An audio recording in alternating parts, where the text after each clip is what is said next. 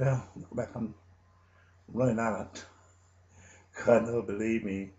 I just have to say these things because I just see so much happen. This young man that they're taking said he tried to blow the plane, saying that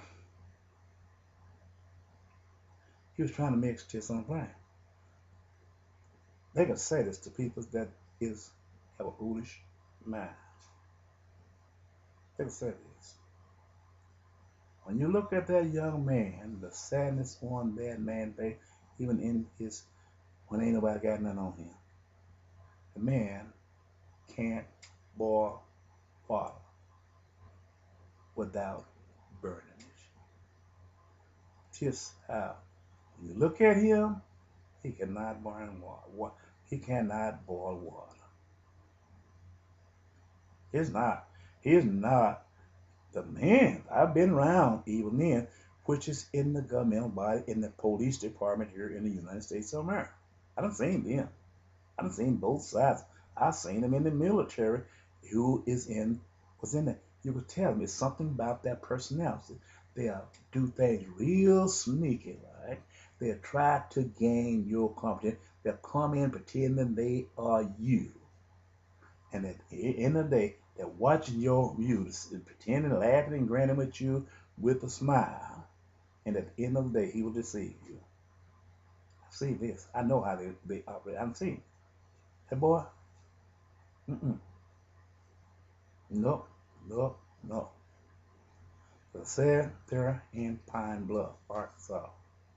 I said it over and over, and I stand before God and said, it's two young men.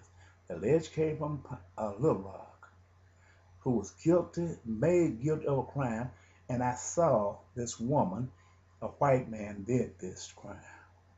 It was two shots rang out. One rang out there near my house, and one rang down at Walter Street. I lived on Barricade late one night about 2 o'clock. The man came back. Woman tried to get away from him, and she ran hard as she could in her vehicle to try to escape this man. After she had almost turned over coming down Second Street from Main Street, traveling west. She turned and come towards Barricade, right in before my house. As I heard these loud bumping noises, heard this screeching like a car was about to turn over where she took the curve too fast. I jumped up to the window and ran to the window, and I was arguing with my wife at that moment because I'd been working down the head of my brother. This car came up and stalled at the stop sign. The big four-wheel drive Chevrolet GMC truck one pulled up beside her, and he was hollering and screaming at this woman. I'm going to say this till I die. I seen a white elbow left shot. He had to shoot with his left arm because the right arm was there. And that's probably what caused him to miss the first time. But I heard a large shotgun blast ring out from inside that truck and apparently hit that woman. The woman had got a car started. She turned back and went east down Barricades as fast as she could, trying to outrun that man. I said, Lord, I don't even have a gun because my wife hasn't hit the thing. Somebody need my help. She went down there by Walton Street. I heard the car screeching as if it has the woman was had been hit from the first shot. The man got down there. The man had the white arm in this big truck. He got down there and shot again. I heard another shot ring. A second shot from a shotgun blast. Did this. I say this. I'm telling this from my heart. I don't care what happened to me or what it is. I'm going to tell the truth. The vehicle came back. The woman had long brown hair. He had set her up in the passenger seat of this truck, had her arm leaning over, her right arm leaning over out, holding her up in the seat. The woman was screaming and crying as they passed my house once again because I had opened my window real open. That's in 1992. As she passed my house, the woman's voice went silent. They made a left turn, going in the vicinity towards Jefferson Hospital. because they had to make a left turn or right turn. They would hit the freeway, but they had to make a left turn.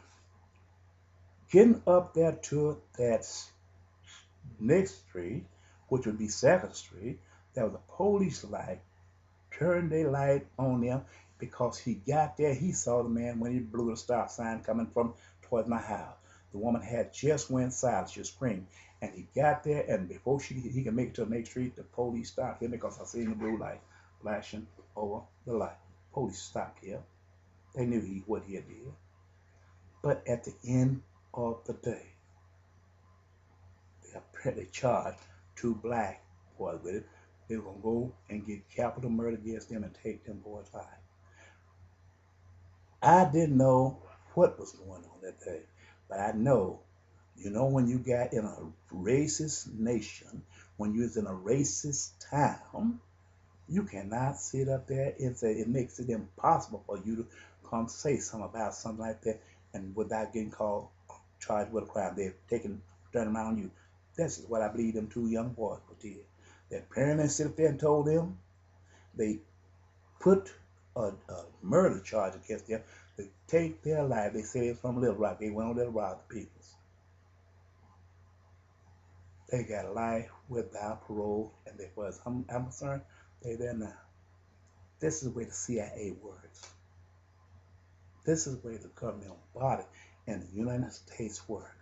When it takes and talk about Michael Biggs, about what he did with them dogs, when they sit and think about Tiger Woods, and I look back at the record, it troubles me to see how ignorant our people is when they sit up and take sides of people that hate us. When they take an innocent man, 2 innocent men, and place him in judgment and give him a life sentence. If they hadn't plea bargained, they would have took his life.